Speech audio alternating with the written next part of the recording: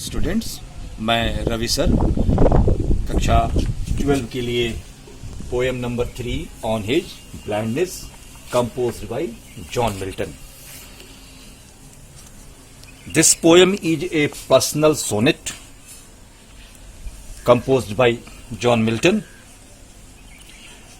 When Milton lost his eyesight when he was 44 years old, in the poem, the poet expresses his mental agony. Agony means sorrow. The poet complains to God against the injustice done by him in taking away his eyesight. यानी जब ईश्वर ने 44 वर्ष की उम्र में उनकी आंखों की रोशनी ले ली थी, तब उन्होंने ईश्वर से अपने दुख का एक तरह से एक कंप्लेन किया था. वही यह पोयम है ऑन हिज ब्लाइंडनेस. अगर हम इसको देखें, when I consider how many light is spent in half my days in this dark world and wide, and that one talent which is death to hide, locked with me useless, though my soul more bent to serve therewith my maker, and present my true account lest he returning chide. Consider मतलब think, spent मतलब lost, ir मतलब before यानी पहले, wide यानी large विशाल, log मतलब रुकना, chide scold मतलब डांटना. Writer कहते हैं यहां पर, जब मैं सोचता हूं, when I consider, कि मेरे आंखों की रोशनी अब नहीं है, स्पेंट चली गई है, जबकि मेरी आयु इन हाफ माई डेज, जबकि मेरी आयु अभी केवल आधी ही है, अभी पूरी नहीं हुई है, और यह एक गुण कविता रचने का है. इस संसार में मुझे जो उम्र मिला है वह मेरी कविता का एक टैलेंट है. And that one talent which is that to hide, और जो गुण मेरे अंदर कविता रचने का है उसमें मृत्यु कहीं न कहीं हाइड यानी छिपा, कहीं न कहीं छिपा हुआ है. लॉग विद द यूजलेस, सब कुछ व्यर्थ हो गया. मेरी आंखों की रोशनी चले जाने से मेरा सारा टैलेंट जो है वह व्यर्थ हो गया. The my soul more bent, और मेरी आत्मा जो है वह एक तरह से इस टैलेंट से अब बेंट हो गई, एक तरह से झुक गई है. To serve therewith my maker, कि मैं अब अपने उस मेकर को जिसने मुझे बनाया यानी गॉड, मैं उसका अब सेवा कैसे करूंगा.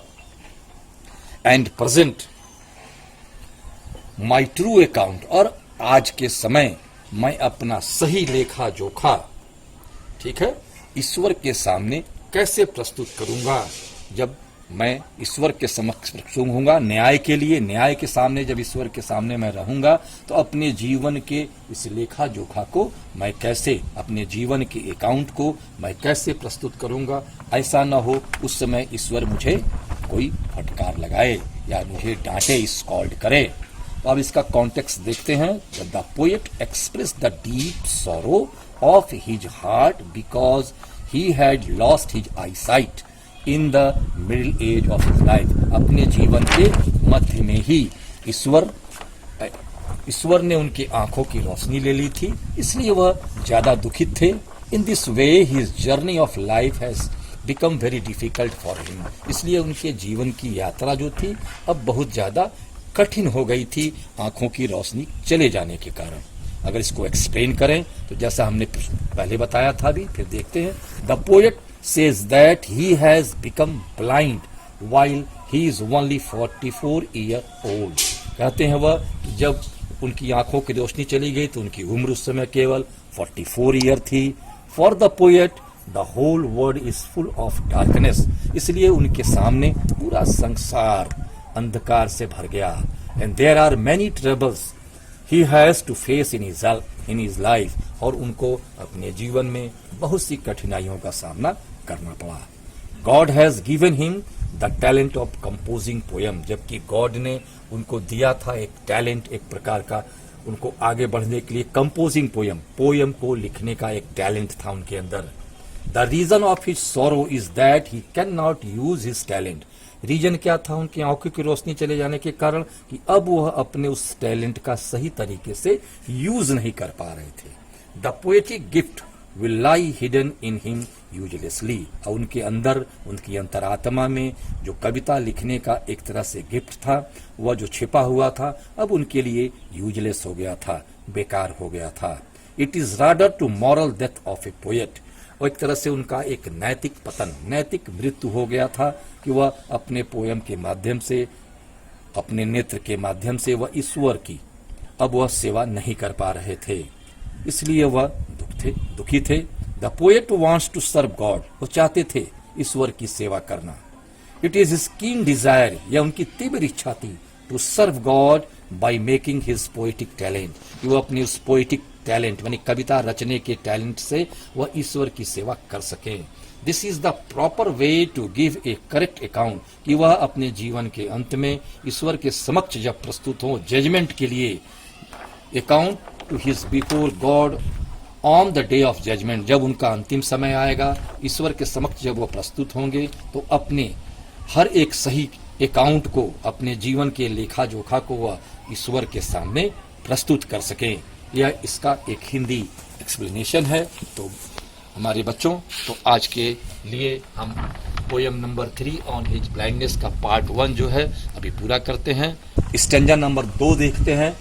Doth God exact day labor light denied, I fondly ask but patience no prevent, that murmur soon replied, God doth not need either man's work or his own gifts, who best bear his mild yoke, they serve him best, my true account lest he returning chide।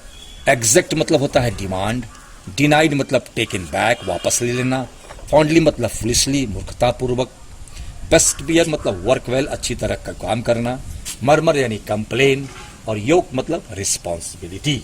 अगर इसको हम explanation करें अगर हिंदी में, तो यहाँ पर Milton जो है ईश्वर से कहते हैं, मैं मूर्खतापूर्वक पूछता हूँ कि ईश्वर, आपने मुझे मेरी आंखों की रोशनी से क्यों वंचित कर दिया। आप मुझसे दिन भर मेहनत कराने का काम करते, लेकिन आई फॉन्डली आस्क बट पेशेंस, कहते हैं लेकिन धैर्य से शीघ्र ही मैंने अपने आप को रोक लिया, टू प्रिवेंट कर लिया। दैट मरमर, किसी ने मुझे धीरे से कानों में कहा, एक शिकायत के रूप में मुझे कानों में कहा, और मैंने अपने आप को धैर्य के साथ रोक लिया। सून रिप्लाइड, और उत्तर दिया, जल्द ही मैंने उत्तर दिया। गॉड डॉथ नॉट नीड, शायद ईश्वर को मेरी आवश्यकता नहीं है, परमात्मा को मनुष्य की शायद आवश्यकता नहीं है। आइदर माइंस वर्क और हिज ओन गिफ्ट, जो उसने उपहार के रूप में हमें दिया है, वो उसके बदले कुछ भी नहीं चाहता। जो भी काम मनुष्य करता है उसको उपहार के बदले ईश्वर कुछ भी नहीं चाहता। Who best who bear his mild yoke, वह व्यक्ति उसकी सर्वोत्तम सेवा करते हैं, वह व्यक्ति उसकी सर्वोत्तम सेवा करते हैं। They serve him best my true account, वही हमारे जीवन का सर्वोत्तम सेवा होता है, जो उसके कहने पर चलते हैं। द रिटर्निंग चाइल्ड, यानी ईश्वर के द्वारा दिए गए उत्तरदायित्व को, योग मतलब रिस्पॉन्सिबिलिटी को, जो लोग ईश्वर की रिस्पॉन्सिबिलिटी को पूरा करते हैं, वही लोग असली ईश्वर की सेवा करते हैं, चाहे वह उनका जीवन किसी प्रकार का हो। वही उनके जीवन का ट्रू अकाउंट होता है, वही सही सही लेखा जोखा होता है जीवन का। तो यहाँ पर मिल्टन जो है अपने आई साइट के जाने का दुख नहीं प्रकट करते हैं, जबकि वह ईश्वर से क्षमा मांगते हुए कहते हैं कि ठीक है, आपने मेरा पोइटिंग टैलेंट ले लिया, लेकिन इससे मुझे किसी प्रकार की कोई शिकायत नहीं है।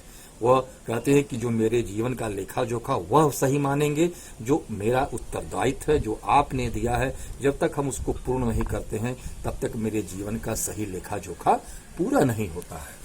अब हम आते हैं स्टेंजा नंबर 3 में, जो सबसे इंपॉर्टेंट स्टेंजा है।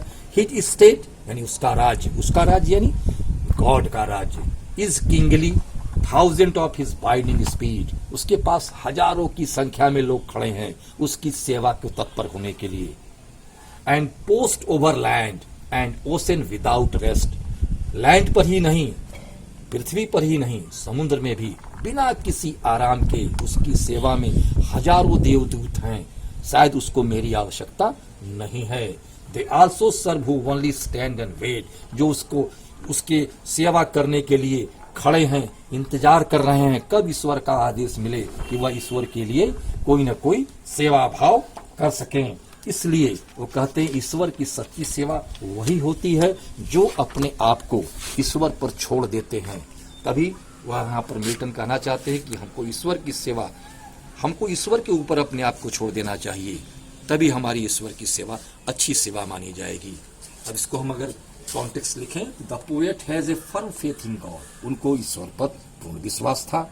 ही expresses that belief is these lines, वही चीज इस लाइनों के अंदर उन्होंने वर्णन किया, एक्सप्रेस किया है।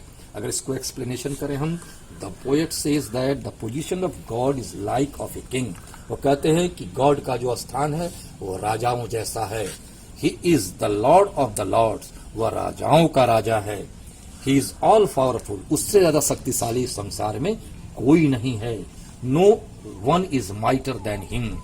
These are countless angels who are presented to carry out his orders. उसके पास असंख्य एंजल्स हैं, देवदूत हैं, जो उसके ऑर्डर को, उसके आज्ञा का आदेश मानने के लिए हमेशा तैयार रहते हैं।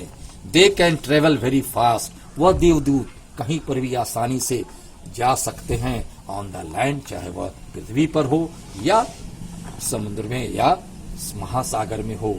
अंत में कहना चाहते हैं poet, the poet says that the people, लोगों से कहना चाहते हैं, who are dutiful prepare to surrender themself, अपने आप को आप एक कर्तव्यनिष्ठ होकर के सरेंडर कर दीजिए, समर्पित कर दीजिए ईश्वर की सेवा में अपने आप को। वही ईश्वर की सेवा होगी जिसको ईश्वर स्वीकार करते हैं। तो यह आपका on his blindness poem number 3 जो है वह पूरा होता है। Thank you.